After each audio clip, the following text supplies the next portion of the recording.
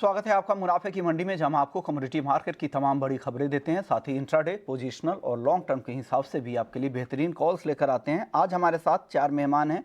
वीरेन वकील हैं paradigm commodity adviser से, अमित सजेजा हैं मोतीलाल ओसवाल से, और भूपेश शर्मा है टेक्निकल एक्सपर्ट है। और साथ ही हमारे साथ स्काईमेट से महेश पलावा साहब भी जुड़ेंगे। लेकिन सबसे पहले टॉप 10 खबरें देख लेते हैं कि बाजार में आज किस तरह की चाल दिख रही है। गोल्ड सिल्वर की बात करें तो यहाँ पर दबाव दिख रहा है 58,800 के आसपास। अब एमसीएक्स पर सोना आ चुका है। यूएस सीपीआई के जो नंबर आए थे वो बाजार को बेहतर नहीं दिख रहे हैं, अनुमान से कमजोरी दिख रहे हैं। तो इसलिए लग रहा है कि हो सकता है कि फेड जो पॉज सितंबर में लगाने वाला है वो ना लगाए, तो वो एक अनसर्टेनिटी से बन रही है। चांदी 70,000 के आसपास, डॉलर इंडेक्स 102 के आसपास घूम रहा है। क्रूड की बात करें तो क्रूड $86 के आसपास है। चीन से मांग घटने की चिंता यहां पर है। और नेचुरल गैस कल तेज गिरावट दिखी थी, आज 230 रुपए के ऊपर है। और कॉपर 725 रुपए के आसपास। चीन की रिकवरी को लेकर चिंता बनी हुई है।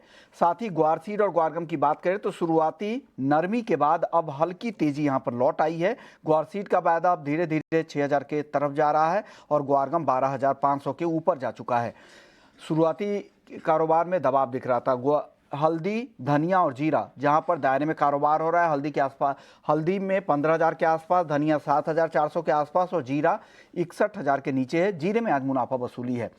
मॉनसून की चाल देखें तो मॉनसून की सुस्त चाल दिख रही है। अगस्त के महीने में ज़्यादातर हिस्सों में मॉनसून की चाल अब धीमी हो गई है। हालांकि नॉर्थ ईस्ट के कुछ एरिया है जहां पर अच्छी बारिश हो रही है और बिहार और झारखंड की डेफिसिट थोड़ी खत्म होती दिख रही है।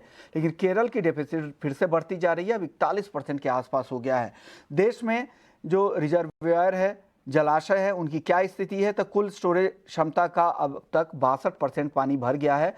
10 अगस्त तक देश के 146 बड़े जलाशय में 109.98 बीसीएम पानी है। 10 साल के औसत से ये स्थिति बेहतर है, लेकिन पिछले साल से अभी भी कम पानी है। दक्षिण भारत को लेकर चिंता है। यहाँ के 40 बड़े जलाशय में पिछले साल से 30% कम पानी है। लेकिन इसके अलावा बाकी हिस्से हिमाचल, पंजाब, राजस्थान, झारखंड, उड़ीसा में जो जलाशय की स्थिति है वो काफ़ी बेहतर है। गुजरात, उत्तराखंड, एमपी, छत्तीसगढ़, तेलंगाना में भी पिछले साल से जलाशय में ज़्यादा पानी दिख रही है। हमारे साथ महेश पलावा साहब हैं स्काईमेट से। सर, क्या लग रहा है, मानसून की चाल अगस्त में धीमी पड़ गई है, क्या आगे यहाँ से रफ्तार दिख रही है? देखिए विश्वमोहन जी, ऐसा लग रहा है कि मानसून अब बैलेंसिंग एक्ट कर रहा है। पहले तो आपने देखा था कि उत्तर भारत में अच्छी बारिश हुई थी, गुजरात में, राजस्थान, ये सारे इलाके काफी अच्छी बारिश देख रहे थे। केवल जो आपका पूर्वी उत्तर प्रदेश है, बिहार, झारखंड, पश्चिम बंगाल और पूर्वोत्तर भारत में बारिश कम हो रही थी। तो अब ऐसा लग रहा है कि जो मानसून की तरफ है, अगले 4-5 दिनों तक तो वो हिमालय की तराई में ही रहेगी। तो पहाड़ों पर बारिश बढ़ने वाली है और जो उत्तर प्रदेश के पूर्वी भाग हैं और तराई वाले जिले हैं, वहां से लेकर के पूरे बिहार में, पश्चिम बंगाल के जो सब हिमालयन वेस्ट बंगाल है, पूर्वोत्तर राज्य है और साथ-साथ झारखंड और उड़ीसा में, इन इलाकों में बारिश अभी अच्छी रहेगी। और 15-16 अगस्त से जो बारिश की गतिविधियां हैं वो पूरे पूर्वी भारत में, उसमें क्या होगा कि आपका छत्तीसगढ़ भी इंक्लूड हो जाएगा। उड़ीसा और पश्चिम बंगाल के साथ-साथ पूरे इलाके अच्छी बारिश देखने वाले हैं। लेकिन सबसे ज्यादा समस्या अब देखने को मिलेगी जो राजस्थान को और पंजाब, हरियाणा, दिल्ली, ये जो इलाके हैं, इन इलाकों में बारिश की गतिविधियां ये अगस्त के महीने में काफी ज्यादा कम दिखाई दे रही है। जब एक्सेस ऑफ मानसून ट्रफ 15 तारीख के बाद, 16 तारीख के बाद थोड़ा सा साउथ में आएगी, तब थोड़ी बहुत बारिश होगी। लेकिन जो झमाझम बारिश, जो मानसून की बारिश पहले देखने को मिली थी जुलाई में, वो अब पश्चिमी भारत में देखने को नहीं मिलेगी। हालांकि जो गुजरात है और मध्य प्रदेश के कुछ इलाके हैं और महाराष्ट्र है, यहाँ पर हल्की बारिश जारी रहेगी और दक्षिण भारत में भी थोड़ा सा दिक्कत अभी बनी रहेगी।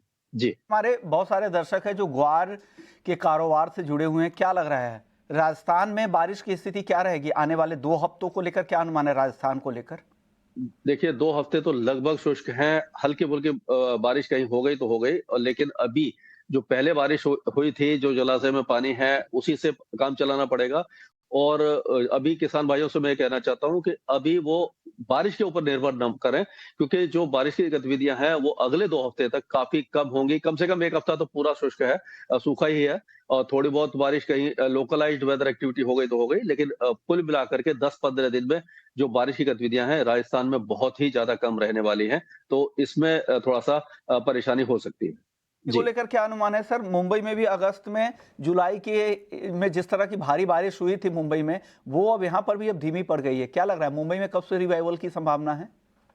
देखिए विश्वनाथ जी, अभी क्या होता है कि जब कोई वेदर सिस्टम बंगाल की खाड़ी में बनता है, अभी क्या हो रहा है कि नॉर्थ बंगाल में बन रहा है और जो पूर्वी भारत की तरफ जा रहा है, जिससे कि बारिश बढ़ रही है।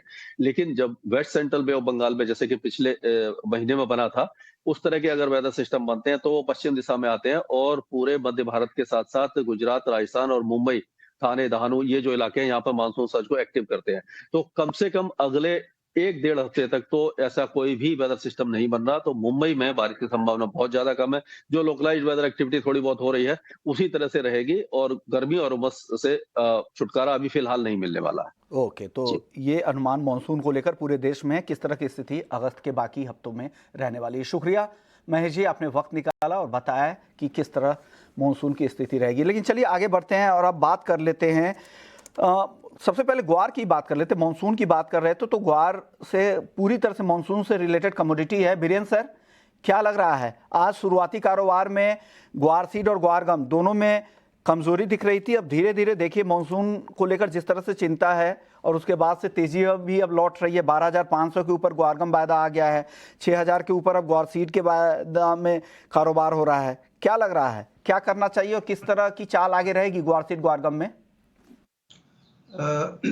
यहाँ मेरा हल्का सा बायस शॉर्ट साइड का रहेगा अराउंड 6220-50 के आसपास सितंबर वायदा में मैं शॉर्ट प्रेफर करूंगा। यहाँ ब्याज बदला वापस बढ़ रहा है, यानी first month to second month में 80-90 रुपया का ब्याज बदला हो गया। तो ये बता रहा है कि मार्केट वेल सप्लाइड है, मीन्स कोई शॉर्टेज वाली बात फिलहाल दिख नहीं रही है।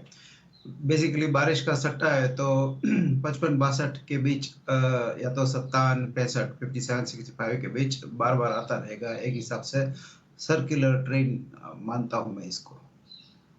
भूपेश जी, ट्रेडर्स के लिए क्या सलाह है? 12,500 के ऊपर अब ग्वारगम दिख रहा है, 6,000 के ऊपर ग्वार सीड, इन दोनों ही काउंटर में क्या करे ट्रेडर्स? जी, 6,120 रुपए का ग्वार अभी सितंबर वायदा ट्रेड हो रहा है। मुझे उम्मीद है कि यहाँ पर बिकवाली करनी चाहिए और 6,120 से 130 के मध्य ग्वार सीड में बिकवाली करनी चाहिए। 6,173 के स्टॉप लॉस रहेंगे। नीचे में 6,060 और 6,005 तक के टारगेट रहेंगे और पोजिशनली ये बाजार अपसाइड में 6200 के आसपास लेने वाला नहीं है और नीचे में 5,700 के आसपास बेचने वाला नहीं रहेगा। ओके, चलिए मसालों की बात कर लेते हैं। मसालों में आज जीरे में मुनाफा वसूली दिख रही है, लेकिन हल्दी शुरुआती कमजोरी के बाद अब यहाँ पर वापस से तेजी लौट आई है। धनिया का वायदा 7,400, जीरा का वायदा 61,000 के नीचे है, लेकिन हल्दी वायदा 15,000 के ऊपर बना हुआ है।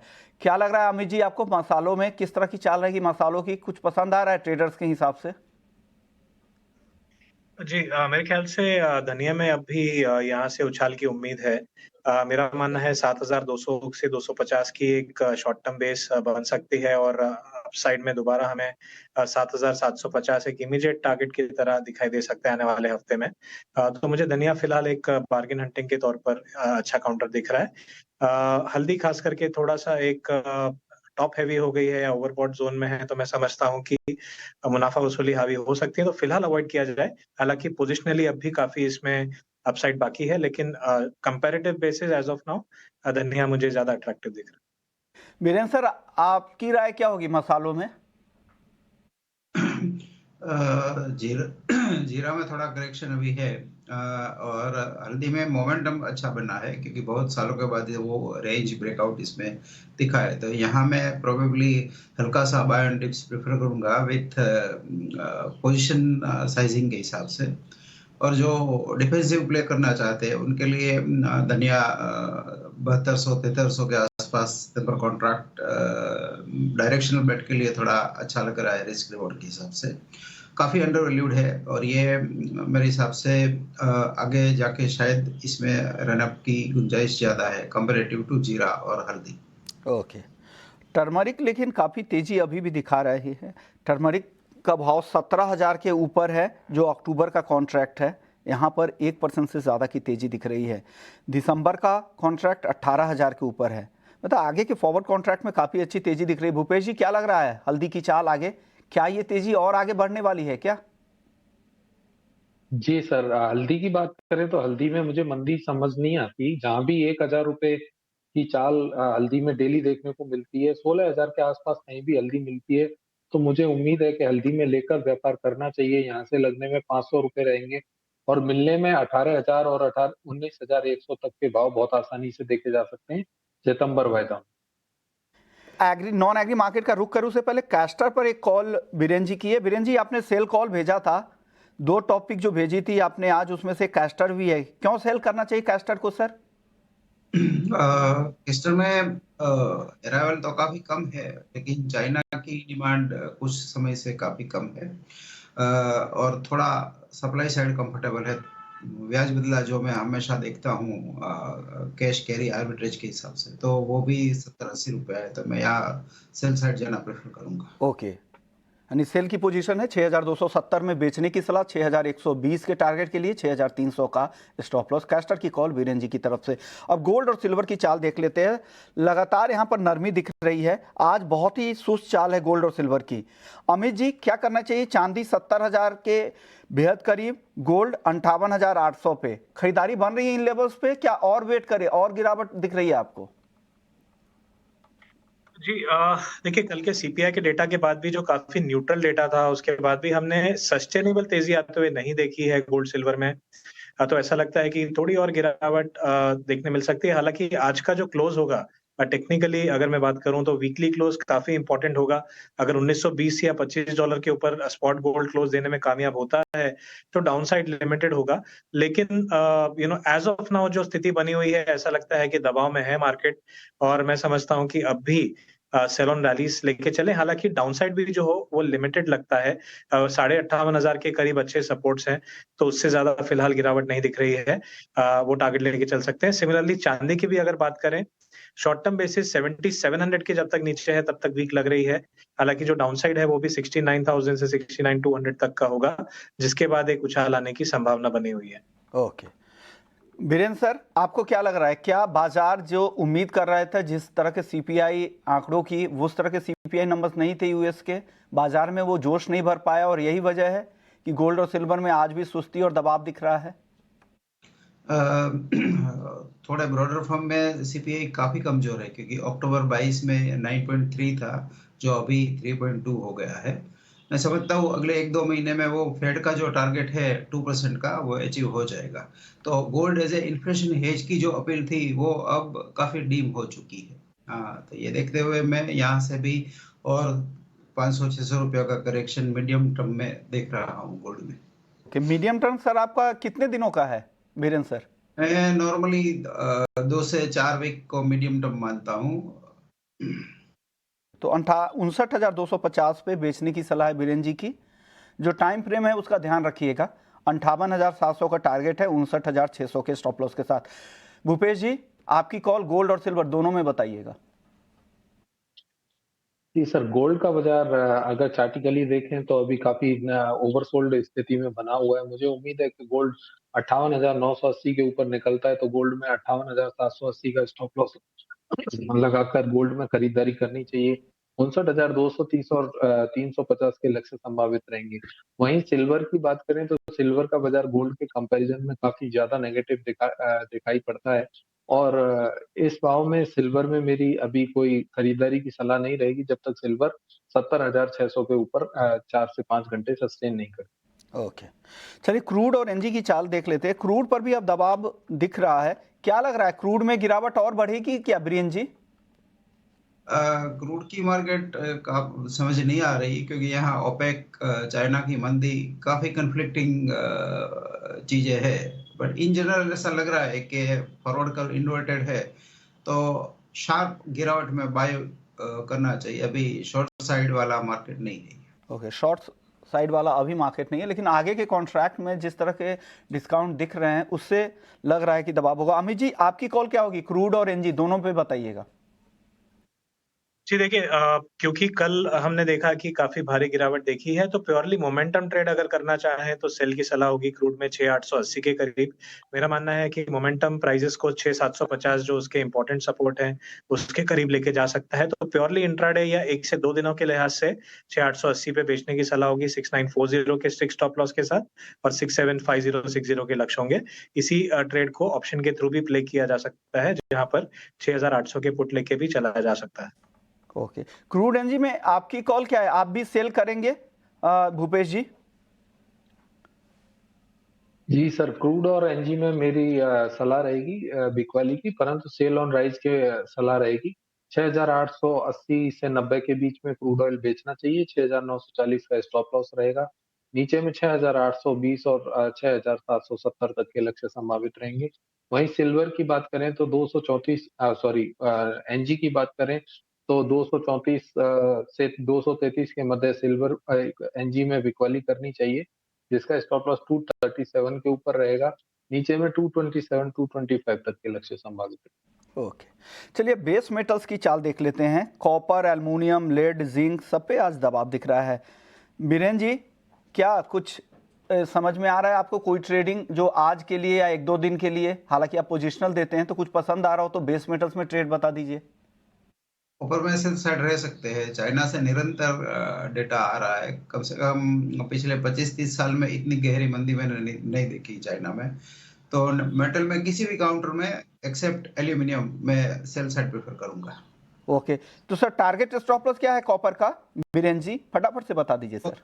कॉपर 705 710 आना चाहिए, 2 से 3 वीक का टाइम फ्रेम है, और स्टॉप लॉस 744 होना चाहिए। ओके, 744 744 का स्टॉप लॉस, 705 का टारगेट।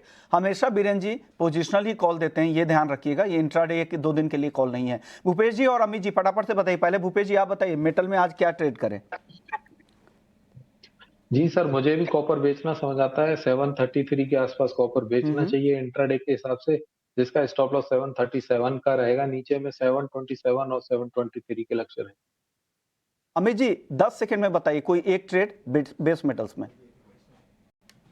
एल्यूमिनियम में मैं 201 के करीब बिकवाली की सलाह देना चाहूंगा। 200 250 के ऊपर के स्टॉप होंगे और लगभग 198 तक के लक्ष्य लेके चला जा सकता है। ओके, शुक्रिया अमित जी आपका, भूपेश जी आपका और वीरेंद्र सर आपका, आप तीनों का बहुत बहुत शुक्रिया। चलिए मुनाफे की मंडी में इतना ही। ब्रेक